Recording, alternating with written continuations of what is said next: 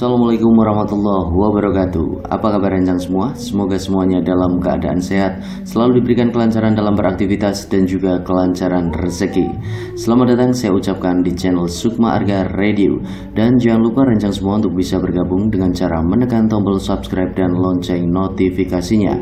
Oke, di siaran kali ini saya akan bercerita tentang kejadian seorang pendaki yang sempat pindah alam di Gunung Kerinci. Dan cerita ini ditulis oleh saya sendiri dengan tujuan agar semua yang mendengarkan bisa mengambil hikmah dan pelajaran yang terkandung. Tidak ada tujuan untuk mendiskreditkan suatu tempat ataupun tokoh tertentu. Baik, tanpa berlama-lama, ambil posisi nyaman dan tetap waspada sekeliling Anda.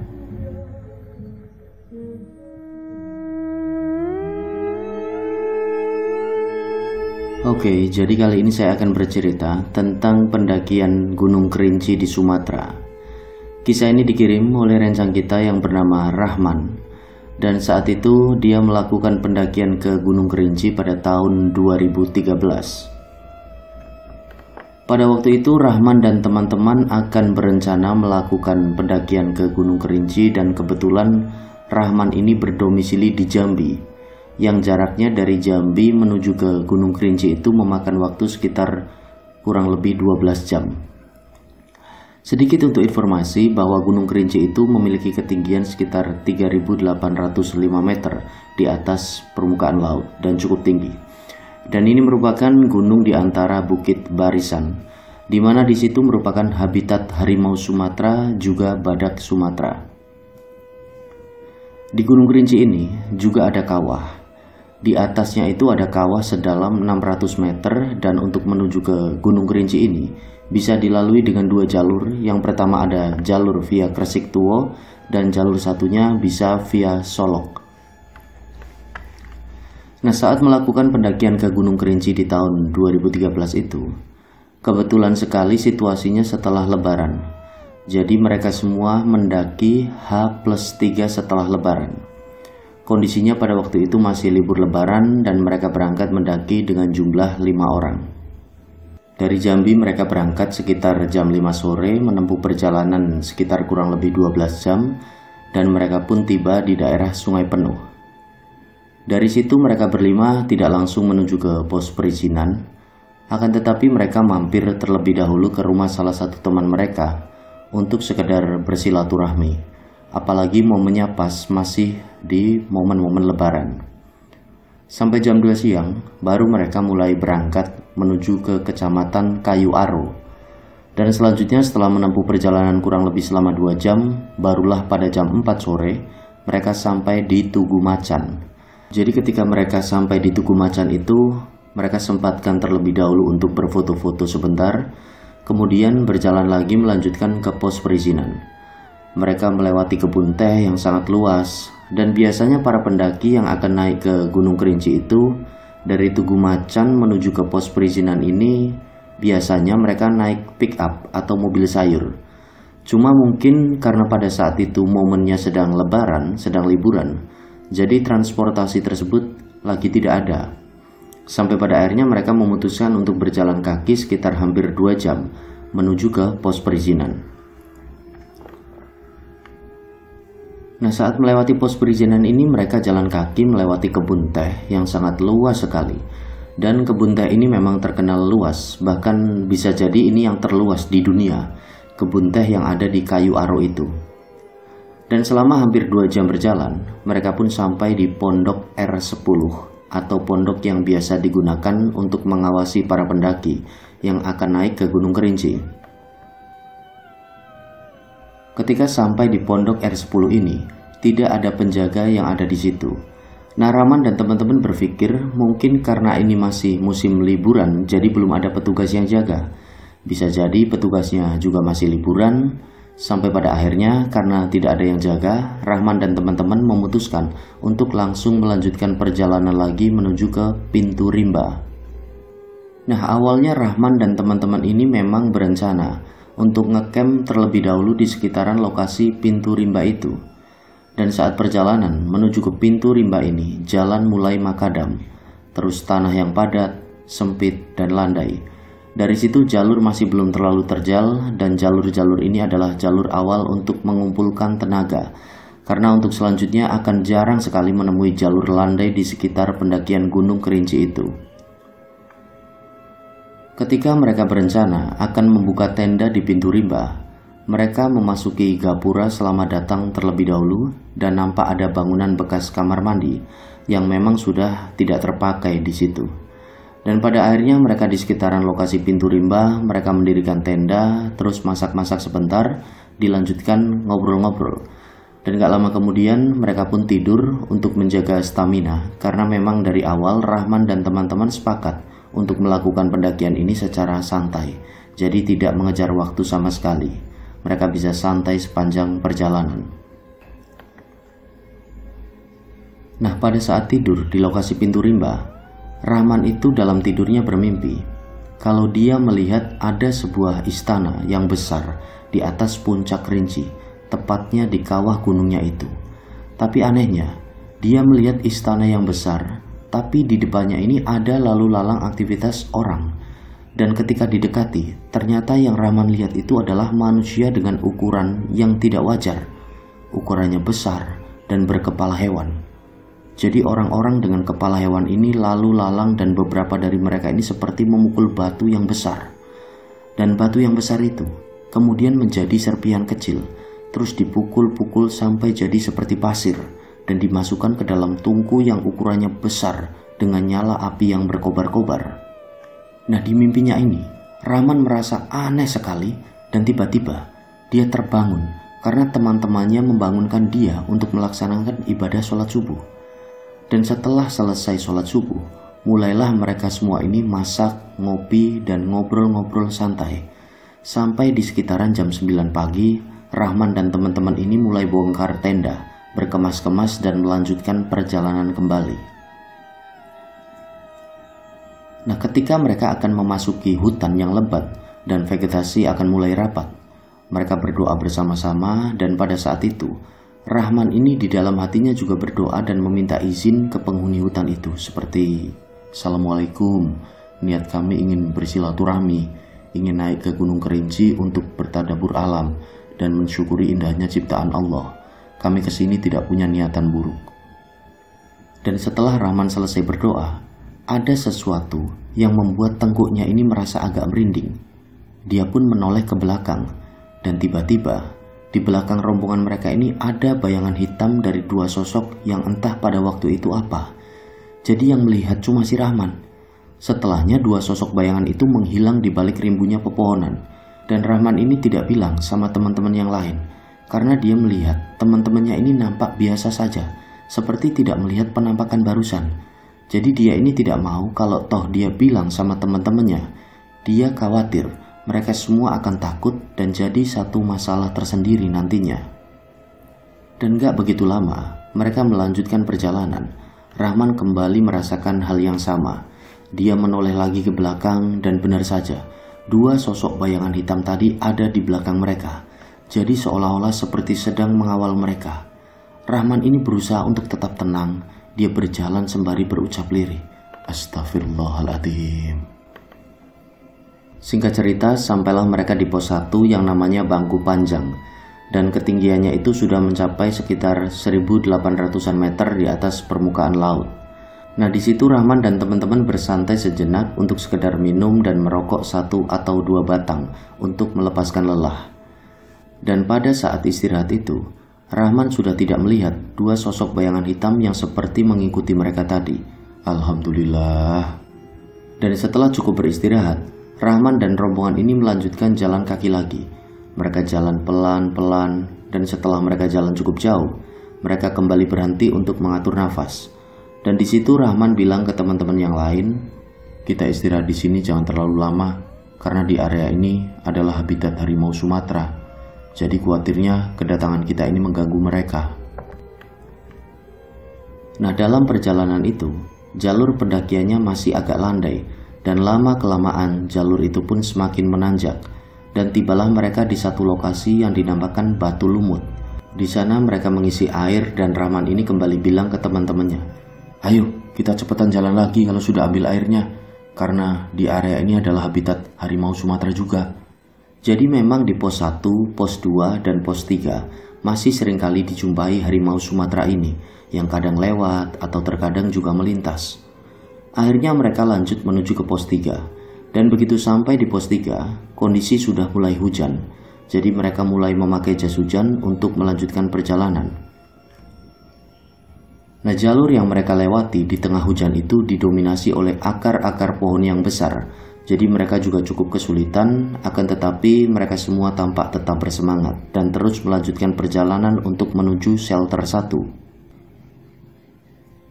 Perjalanan menuju ke shelter 1 ini merupakan pendakian yang sebenarnya di Gunung Kerinci, karena jalur di situ adalah ciri khas dari tanah di Gunung Kerinci. Tanah yang padat, terus didominasi akar-akar pohon yang besar dan menjalar ke atas. Jadi benar-benar jalurnya itu memang jalur yang sangat terjal. Nah, dari pos 3 itu menuju ke shelter 1, Rahman dan teman-teman ini melewati pohon yang tidak terlalu besar. Pohonnya itu bolong berlubang, dan sebenarnya ini adalah pohon bekas terkena sambaran petir. Pohon itu ada di sisi kanan jalur pendakian. Dan bagi yang tahu sejarahnya tentang pohon bolong di Gunung Kerinci itu, mereka akan menghindari untuk mendirikan tenda di situ.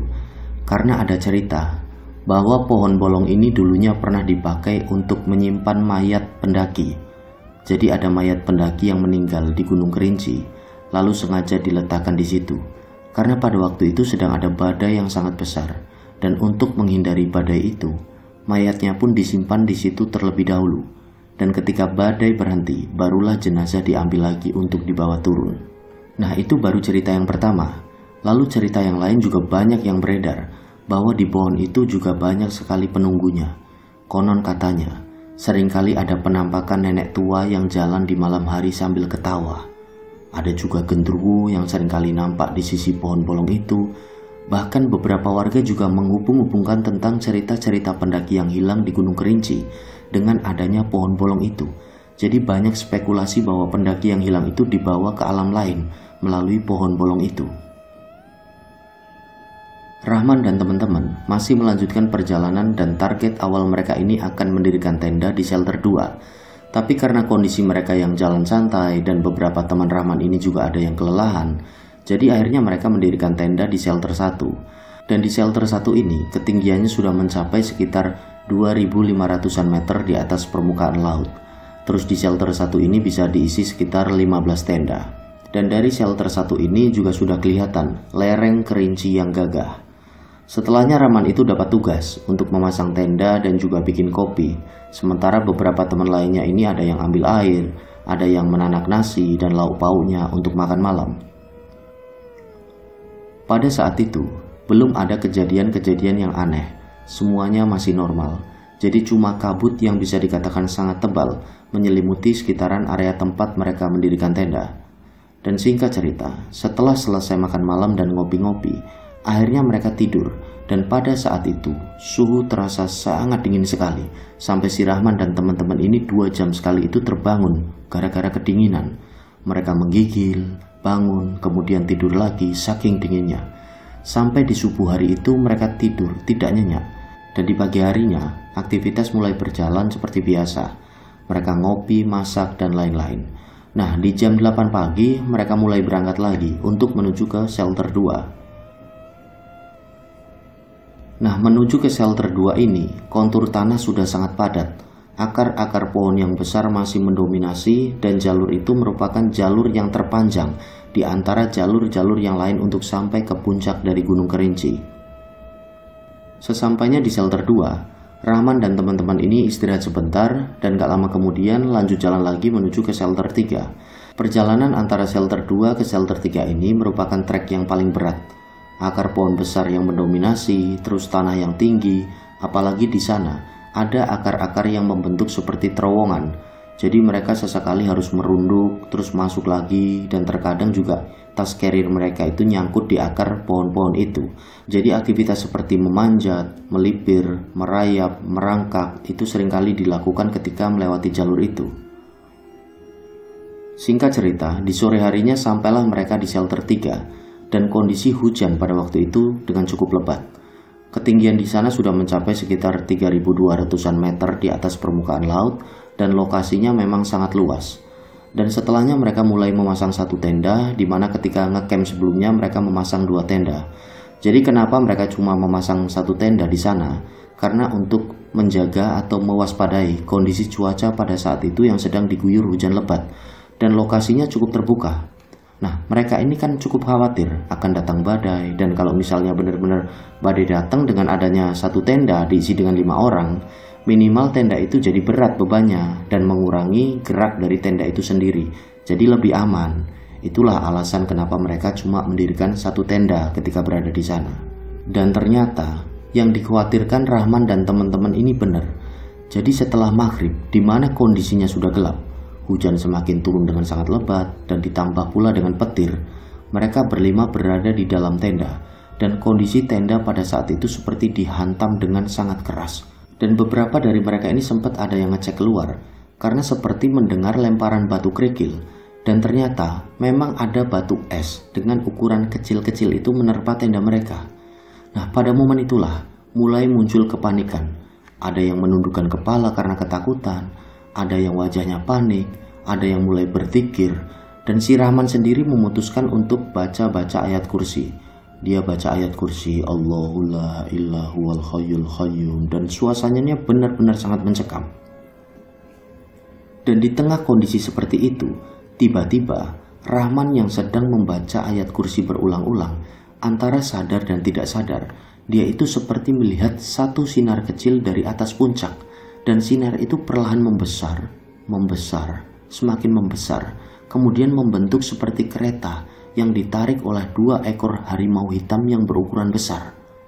Harimau itu nampak jalan pelan-pelan menuju tenda, dan setelah berada di dekat tenda, tiba-tiba antara sadar dan tidak sadar, Rahman itu merasa dibawa oleh kereta yang ditarik oleh 2 ekor harimau hitam besar itu menuju ke sebuah gua. Setelahnya dia turun dan melihat ada 2 orang penjaga di sana. Sosoknya tinggi besar.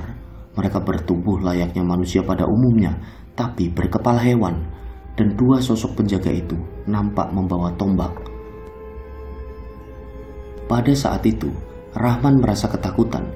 Akan tetapi, dia juga penasaran. Aku ini sebenarnya di mana? Dan dia itu masih merasakan kalau mulutnya masih seperti mengucap bacaan-bacaan doa. Kemudian, Rahman mulai melangkah di dalam gua yang gelap itu, dan nampak di kanan dan kiri ada obor-obor yang menancap dan sudah menyala. Dan tidak lama kemudian, dia melihat ada sebuah singgasana raja, dan nampak ada seorang laki-laki dengan tubuh yang tegap dengan memancarkan aura yang berwibawa. Kemudian laki-laki itu turun dari singgasananya dan berjalan menghampiri Rahman, diiringi oleh abdi-abdinya. Setelahnya, sosok itu memperkenalkan diri. Namaku Datuk Raja Kumbang. Aku adalah raja dan penguasa alam jin dari Gunung Kerinci selama beratus-ratus tahun. Dan Rahman ini cuma diam saja. Jadi penampakan dari Datuk Raja Kumbang itu menurut pengakuan Rahman seperti manusia biasa yang berwibawa. Tapi kadang-kadang Datuk itu terlihat seperti harimau, lalu terlihat lagi seperti manusia. Dan gak lama kemudian, Datuk Raja Kumbang, raja ini mengajak Rahman untuk berkeliling di sekitar istananya. Jadi apa yang dilihat oleh Rahman di dalam istana itu bukan seperti istana pada umumnya, tapi dia itu melihat lalu lalang makhluk-makhluk dengan ukuran tinggi besar, dengan tubuh manusia dan kepalanya hewan. Lalu di pojokan sebelah kiri, dia melihat apa yang sempat dia lihat di mimpinya kemarin. Ketika Rahman tidur di lokasi pintu rimba, dia melihat sosok tinggi besar dengan badan manusia dan berkepala hewan itu sedang memukul-mukul batu dengan keras. Dan serpian batu itu dimasukkan ke dalam tungku yang besar dengan api yang berkobar-kobar. Kemudian, Datuk Raja Kumbang berucap kepada si Rahman, "Itu yang dibakar oleh kaumku adalah golongan-golongan manusia yang selama ini mencari pesugihan di wilayah Gunung Kerinci. Mereka semua jadi seperti itu sekarang." Nah, di situ Rahman kaget. Kenapa kok aku diajak jalan-jalan ke istananya, terus diajak melihat hal-hal seperti ini?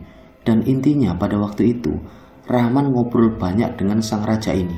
Jadi memang ada yang bisa diceritakan di sini, ada pula yang hanya bisa menjadi rahasia dari Rahman sendiri. Dan yang diceritakan di sini adalah kalau raja ini sempat menjelaskan kalau yang dibakar di tungku itu adalah manusia-manusia yang awalnya sengaja mencari pesugihan di wilayah Gunung Kerinci dan sampai akhirnya oleh Raja Jin ini tadi dijadikan budak. Berjalannya waktu, ketika Rahman berada di situ, dia sempat dijamu untuk makan dan lain sebagainya. Akan tetapi dia seringkali menolak ajakan raja itu. Sampai pada akhirnya Rahman ini mencoba untuk pamit pulang dan datuk Raja Kumbang itu pun mengizinkan. Setelahnya Rahman itu akan diberi seperti serpihan dari batu-batu yang tadi ditumbuk, yang pada saat itu Rahman melihat dengan jelas kalau serpihan-serpihan itu berubah menjadi seperti serpihan emas yang sangat berkilauan. Di situ Rahman menolak dan datuk Raja Kumbang nampak tidak tersinggung. Dan gak lama kemudian Rahman pun diantar dengan kereta tadi yang ditarik oleh 2 ekor harimau hitam.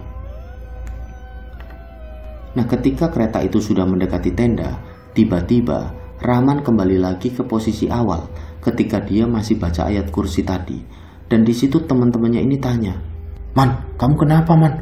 Kok baca doa tapi kayak orang lagi ketindihan?" Rahman cuma diam saja. Keringat dingin membanjiri sekujur tubuhnya. Dan anehnya, secara tiba-tiba, ketika Rahman kembali ke posisi semula di mana dia sedang berdoa, badai dan hujan lebat itu berhenti seketika, dan situasi pada saat itu mendadak cerah. Nampak ada banyak bintang di langit, dan setelahnya Rahman pun mengajak teman-temannya untuk segera beristirahat dan tidur. Singkat cerita, di pagi harinya mereka melanjutkan perjalanan menuju ke puncak, dan Rahman belum menceritakan apa yang dia lihat kepada teman-temannya. Nah, saat di puncak Kerinci itu, mereka sempatkan untuk berfoto-foto dan menikmati pemandangan dari atas sana. Jadi puncak Kerinci itu seringkali disebut dengan Indrapura. Mereka juga melihat pemandangan kota Padang, kota Bengkulu, Gunung Tujuh, bahkan mereka sempat melihat Samudra Hindia yang sangat luas dari atas puncak Kerinci itu. Pada saat itu, Rahman duduk sambil merenung. Dia berucap syukur pada Allah bahwa perjalanan dari bawah menuju ke puncak ini seperti ditunjukkan banyak hal yang menarik. Dan setelahnya mereka semua turun dengan selamat, dan ketika mereka semua bermalam di Kecamatan Kayu Aru, barulah Rahman ini menceritakan semua yang dia lihat dan alami kepada teman-temannya. Nah, rencang semua, pesan dalam kisah ini yang wajib kita pegang sebagai manusia atau sebagai pendaki pada khususnya adalah ketika kita melakukan aktivitas pendakian, dimanapun gunungnya, yang harus kita ingat bahwa kita wajib selalu berdoa pada Allah Subhanahu wa Ta'ala. Mohonlah selalu perlindungan kepadanya dan tidak bosan-bosannya kita untuk saling mengingatkan bahwa mintalah, mohonlah pertolongan hanya kepada Allah Subhanahu wa Ta'ala, tidak kepada iblis, tidak kepada setan, tidak kepada jimat, tidak kepada kuburan yang dikeramatkan, apalagi hanya untuk satu keinginan duniawi semata, seperti contohnya pesugihan. Semoga kisah ini bisa diambil hikmah dan pelajaran. Mohon maaf apabila masih banyak salah kata dalam menyampaikan cerita. Dan sampai berjumpa pada cerita-cerita selanjutnya. Wassalamualaikum warahmatullahi wabarakatuh. Salam Lestari.